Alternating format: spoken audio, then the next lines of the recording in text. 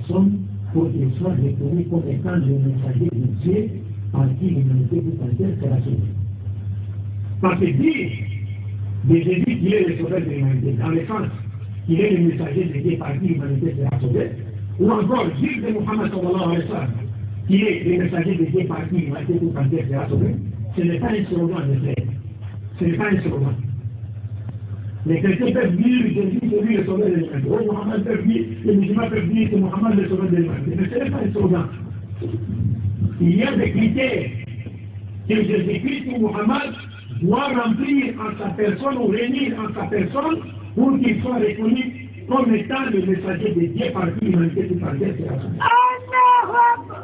Il y a des critères. Donc nous allons essayer d'établir un certain nombre de critères conformément à l'esprit prophétique, et ce sont ces critères-là qui nous permettront d'identifier facilement le messager de Dieu par qui l'humanité tout entière sera sauvée entre Jésus-Christ et Muhammad.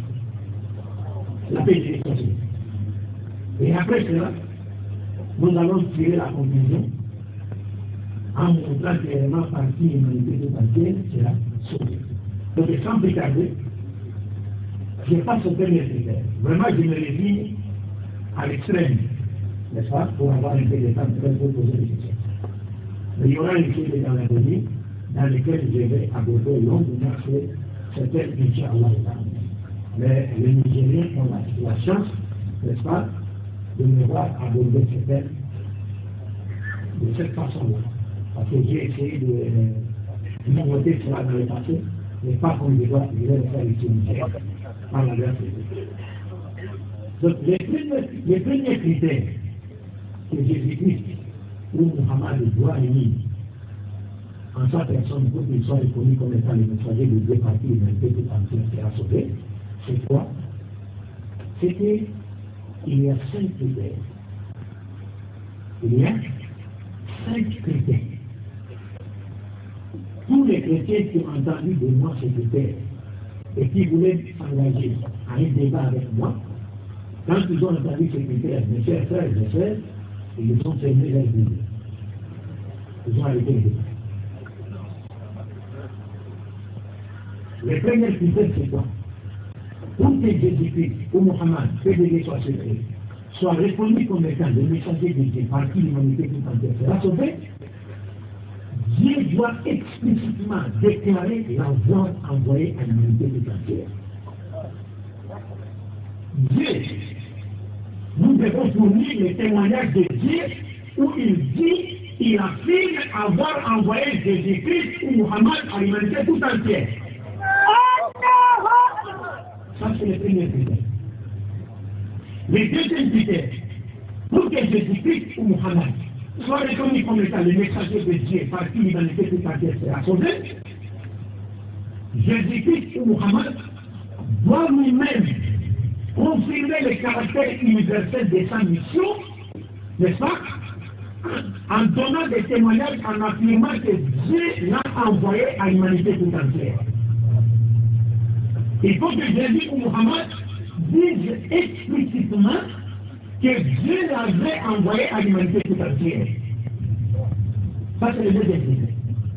Le troisième critère, pour que Jésus-Christ ou Muhammad, Père de Dieu soit reconnu comme étant le messager de Dieu par qui l'humanité tout entière sera sauvée, Jésus ou Muhammad doit confirmer le caractère universel de sa mission en ayant des disciples appartenant à d'autres nations que la sienne, et cela de son vivant et pendant son ministère.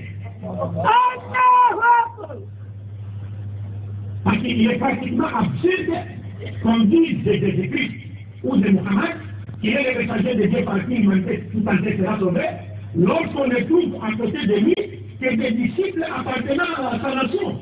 Il n'y a pas de disciples qui viennent d'autres peuples, d'autres nations, d'autres langues. Non, c'est absurde.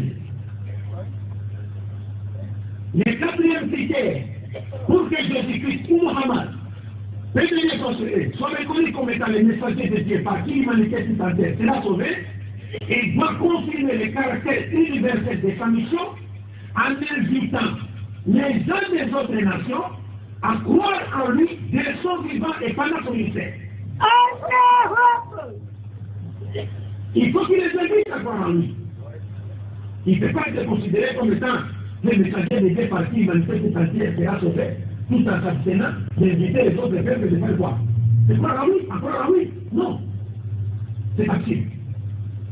Et enfin, le cinquième critère, pour que Jésus-Christ, pour Mohammed, que Dieu soit sur terre, soit reconnu comme étant le messager de Dieu, partie de l'humanité tout entière sera sauvée, Jésus-Christ ou Mohammed doit confirmer le caractère universel de sa mission en plaçant tous les êtres humains au même pied d'égalité, parce qu'elles sont faites de toute l'humanité. Le messager qui est envoyé à toute l'humanité ne pourra en aucune manière accepter qu'un individu, ou une race, ou une tribu, ou un peuple, ou une nation soit au-dessus des autres nations. Donc il doit placer tous les êtres humains au même pied d'égalité en basant les critères de noblesse sur la piété, car le meilleur d'entre nous est sur le critère de C'est ça les 5 critères que Jésus-Christ et Mohammed doit réunir en sa personne pour qu'il soit reconnu comme étant le messager de Dieu par l'humanité tout entière de la société. S'il ne réunit pas ces critères-là, alors il n'est pas celui par qui l'humanité tout entière c'est la société. Donc sans plus tarder, nous allons passer au premier critère. Nous avons dit que Dieu doit explicitement, n'est-ce pas, dire qu'il a envoyé Jésus-Christ et Mohammed à l'humanité tout entière. Mes chers frères, je vous annonce qu'il n'y a aucun verset dans la Bible où Dieu a dit qu'il a fait envoyer Jésus-Christ à l'humanité tout entière. Parce que nous commençons avec Jésus-Christ. Parce que ici, j'ai choisi la méthode de comparaison, n'est-ce pas? Nous allons procéder à une étude comparative, n'est-ce pas? Entre Jésus-Christ et qui? Et Mohammed. Pour voir lesquels bébés a réuni ces critères en sa personne. Donc nous commençons avec Jésus-Christ.